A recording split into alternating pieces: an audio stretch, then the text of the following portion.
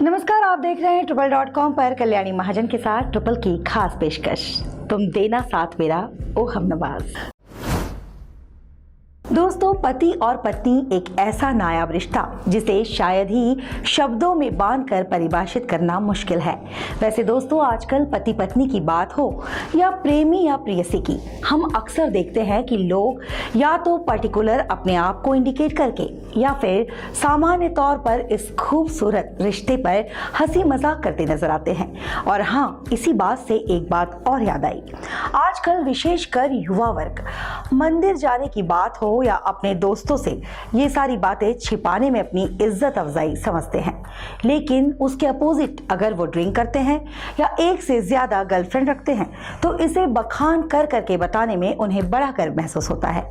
पर दोस्तों, एक बात कहूं, अपने दिल पर हाथ रखकर बताना कि क्या ऐसा करना वाकई जो कर रहा है या कर रही है उसे अच्छा लगता है। मैं आपको गारंटी के साथ कह सकती हूँ कि नहीं, किसी को भी अच्छा नहीं लगता होगा। लेकिन आजकल एक शब्द प्रचलित है, ट्रेंड, बस उसी के तहत अपने आप को जमाने के साथ दौड़ में दिखाने की ये एक मनोवैज्ञानिक प्रक्रिया है। लेकिन आइए आज हम ट्रेंड से हटकर, फैशन से हटकर कुछ फीलिंग्स की बातें करते हैं। हम इंसानों का ना दोस्तों कुछ बातों में माइंड सेट हो जाता है। मसलन जैसे हम कुछ बातों को किसी व्यक्ति विशेष के कार्य क्षेत्र से जोड़कर देखते हैं या फिर किसी की नैतिकता का विश्लेषण, वैल्यूएशन उसकी आदतों से करते हैं। जैसे कि महज बॉलीवुड सितारों को ही ले ले। बॉलीवुड सितारों में सच्चा प्यार मिलना मुश्किल है, लव मैरिज सफल नहीं होती, वगैरह वगैरह, इस तरह की कई बातें जो आज हमारे इस खास कार्यक्रम में कुछ ऐसे ही सिने स्टारों की हम बात करेंगे जिन्हें ऐसे पूर्वाग्रहों को झूठा साबित किया है। सितारों की इसी कड़ी में सबसे पहले हम बात करते हैं लीजेंड एक्टर दिलीप कुमार और खूबसूरती का दूसरा नाम सायरा बानू की। जब सायरा बानो और दिलीप कुमार ने शादी की थी तब महज सायरा बानो 22 साल की थी और दिलीप कुमार 44 साल के।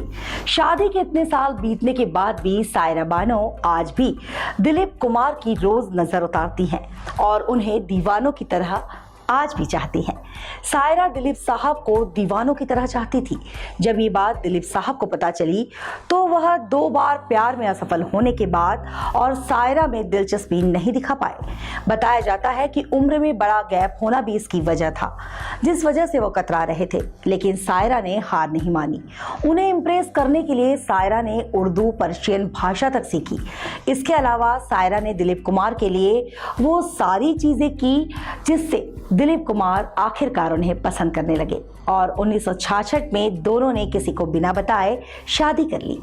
इनकी जोड़ी की कहानी पर तो जगजीत सिंह की वो गजल की लाइन याद आती है कि ना उम्र का हो बंधन, ना जन्म का हो बंधन, जब प्यार करे कोई तो देखे केवल मन। अब हम बात करते हैं ऐसे ही एक मशहूर जोड़ी सुनील दत्त और नरगिस के बारे में। आज के जमाने में जब प्रेम करने वालों के खिलाफ पूरा जमाना तैयार खड़ा है और प्रेम की राह मुश्किल होती जा रही है, ऐसे में नरगिस और सुनील दत्त की ये कहानी, ये दास्तान प्रेमियों को प्रेरित करती है। ये कहानी वहां से शुरू होती है जब सुनील दत्त सिलोन रेडियो में बतौर रेडियो जॉकी का काम किया करते थे। तब एक्टिंग से उनका कोई लेना देना नहीं था, लेकिन यहीं पर उनकी नरगिस से पहली बार मुलाकात हुई। उन्हें रेडियो के लिए नरगिस का इंटरव्यू लेने का काम सौंपा गया। तब वे भारत की बहुत ही बड़ी एक्ट्रेस हो चुकी थी। राज कपूर के साथ उनकी जोड़ी फिल्मों में बहुत हिट हुई थी। इंटरव्यू के दौरान अपने सामने नरगिस को देखकर सुनील दत्त इतने नर्वस हो गए कि उनसे एक भी सवाल नहीं पूछ पाए। हालात ये हुए कि सुनील दत्त की नौकरी जाते जाते बची। दूसरी बार नरगिस से सुनील दत्त की मुलाकात हुई बिमल रॉय के फिल्म के 2 बीघा जमीन के सेट पर। नरगिस वहां बिमल रॉय से मिलने आई हुई थी और सुनील दत्त वहां काम की तलाश में पहुंचे थे। सुनील दत्त को देखते ही नरगिस को पिछला वाकया याद आ गया और उन्हें देखकर वो मुस्कुराकर आगे बढ़ गई। इसके बाद महबूब खान की फिल्म मदर इंडिया में सुनील दत्त को नरगिस के बेटे के रोल का ऑफर मिला। फिर एक ऐसी घटना घटी जिसे हमेशा के लिए सुनील दत्त और नरगिस को करीब ला दिया। हुआ यूं कि गुजरात के बिलमोर गांव में मदर इंडिया का सेट था वहां एक सीन को फिल्माए जाने के लिए चारों ओर पुआल बिछाए गए थे। सीन को फिल्माने के लिए पुआलों में आग लगाई गई। देखते ही देखते आग चारों ओर फैल गई। नरगिस सीन करने के दौरान आग में फंस गई।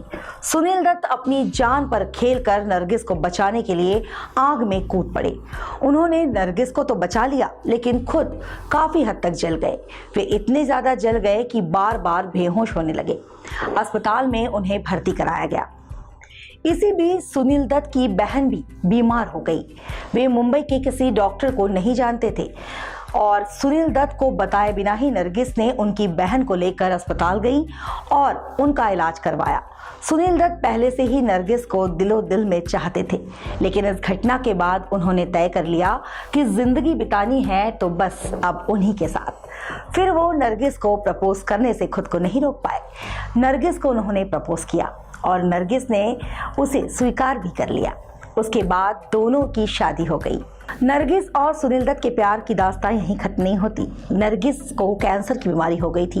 बॉडी में इतना दर्द रहा करता था कि डॉक्टर्स ने सुनील दत्त को सपोर्ट सिस्टम हटाने के लिए सलाह दी थी, लेकिन सुनील दत्त ने ऐसा करने से इनकार कर दिया और वो आखिरी पल तक नरगिस के साथ रहे।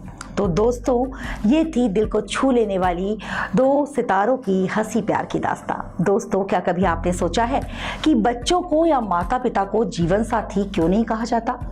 क्योंकि एक पति और पत्नी ही है जो जीवन में आखिरी पल तक साथ रह जाते हैं। शायद सिर्फ इसीलिए जीवन साथी कहलाते हैं। तो दोस्तों, खूब एक दूसरे का मजाक उड़ाइए, खूब एक दूसरे के साथ लड़िए, लेकिन किसी भी परिस्थिति में एक दूसरे का साथ नहीं छोड़िए और खुश रहिए। देखते रहिए TRIPLE.com पर तुम देना साथ मेरा, ओ हमनवाज।